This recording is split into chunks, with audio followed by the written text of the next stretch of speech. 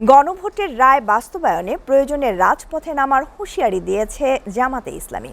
দলটির সহকারী secretary general Hamidur Rahman Azad MP জানান, দেশের রাজনীতির পরিবর্তনশীল প্রেক্ষাপটে নতুন করে নিজেদের অবস্থান নিয়ন্ত্রণে সক্রিয় দলটি। এসএটিভির সাথে একান্ত সাক্ষাৎকালে এসব কথা বলেন জামায়াত নেতা। আরও বলেন, সংসদে বিরোধী দল হিসেবে ভূমিকা পালন থেকে শুরু করে রাজপথে উপস্থিত দুই ধারার রাজনীতিতেই প্রস্তুত জামায়াত ইসলামী। হাসিবুল ইসলাম শান্তর প্রতিবেদন। দেশের রাজনৈতিক অঙ্গনে অবস্থান সুসংহত করতে চায় জামায়াতে ইসলামী। দলটির দাবি, সংসদে থেকে জনগণের স্বার্থ রক্ষাই তাদের প্রধান লক্ষ্য।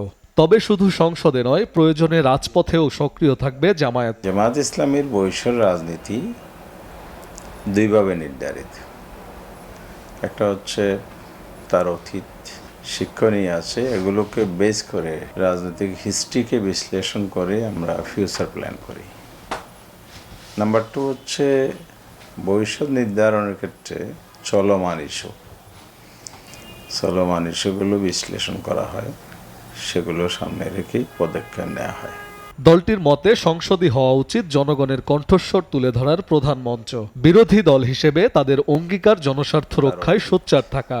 তবে রাজনৈতিক বাস্তবতা যদি সংসদের ভেতরে কার্যকর ভূমিকা রাখার সুযোগ সীমিত করে, সেক্ষেত্রে বিকল্প পথ হিসেবে রাজপথকেই বেছে নেবে জামায়াত। আর সরকার যদি সেটা ব্যর্থ হয়, জনমতকে তোয়াক্কা না করে বিরোধী দলকে যে সুযোগ না দেয়, তাহলে বিরোধী দল আর তো কিছু করার থাকবে না, আবার জনগণের কাতারে আসতে হবে।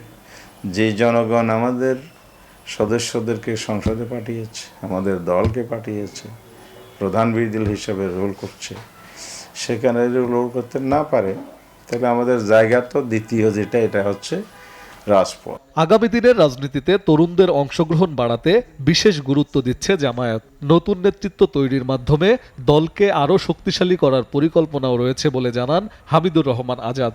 তরুণদেরকে নেতৃত্বে নিয়ে আসাই আমাদের একটা পরিকল্পনার অন্যতম দিক।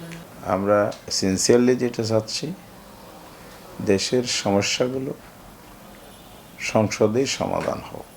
স্বচ্ছতা, জবাবদিহিতা ও ন্যায়নীতির ভিত্তিতে রাজনীতি করার প্রতিশ্রুতিও পুনর্ব্যক্ত করেন এই জামায়াত নেতা।